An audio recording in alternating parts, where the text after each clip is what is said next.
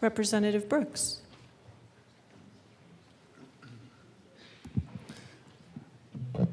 Madam Speaker, thank you. I see that he's left the room.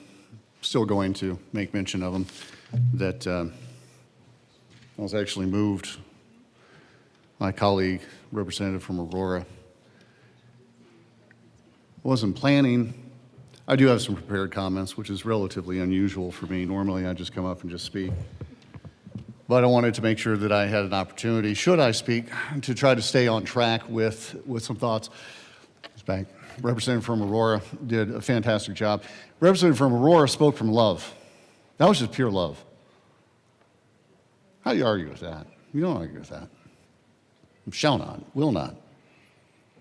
There's a lot of times that we can approach the well here.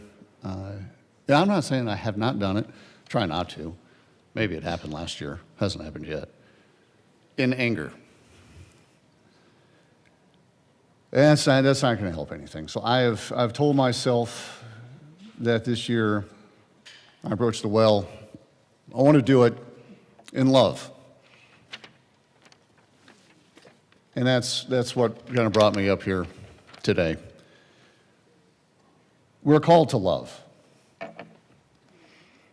We're called to love the vulnerable, the sojourner, the stranger. I hear the term newcomer. Let's use newcomer. And to show compassion for those struggling or those that are in pain, irrespective of their origin or their story.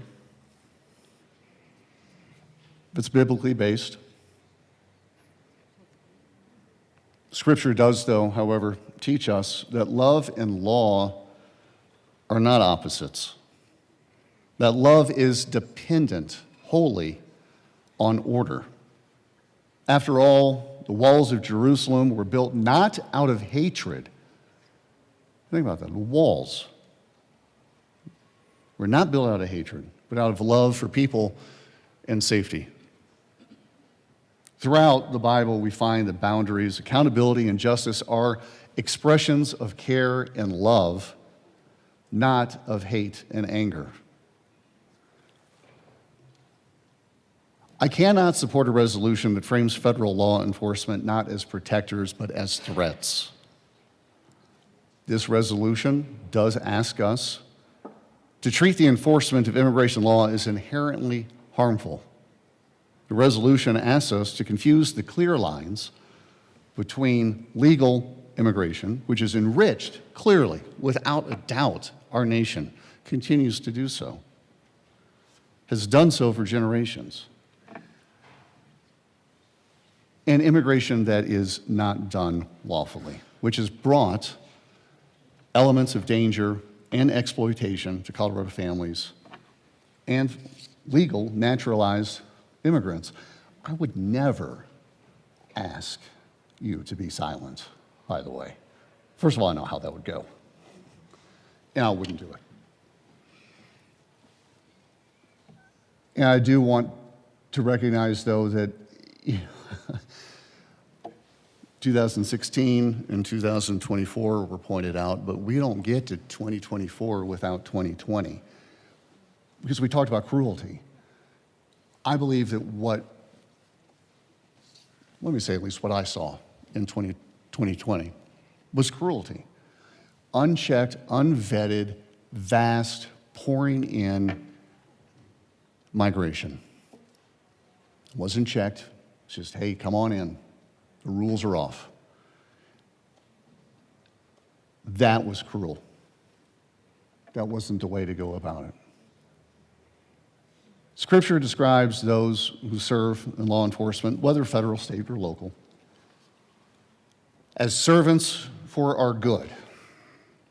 They stand in that gap for us, all of us, between disorder and order, between danger and our safety.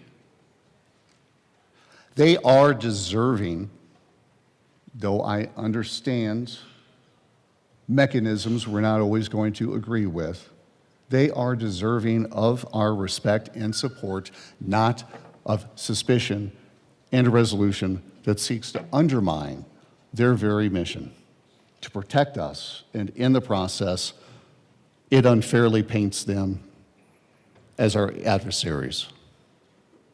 I challenge us to consider when it involves immigration, embracing compassion does not mean ignoring the law. It does not mean creating policy to then protect those that seek to peddle in trafficking, exploitation, and human suffering. True compassion must protect families, vulnerable Colorado families, and naturalized immigrant families alike. We cannot have true compassion that seeks to extend mercy without also upholding justice.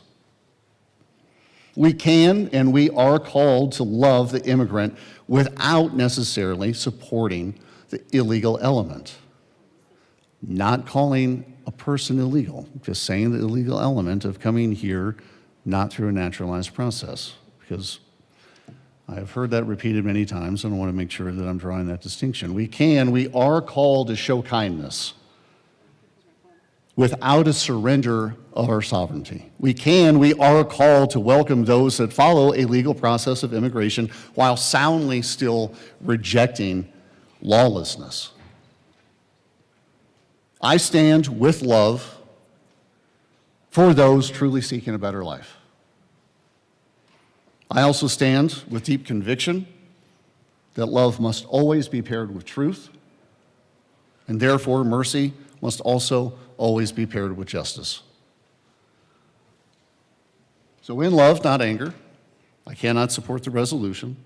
I do, however, and will continue to do so, support Colorado families, love the vulnerable, and express a deep respect for the men and women in law enforcement that protect us. Thank you. Representative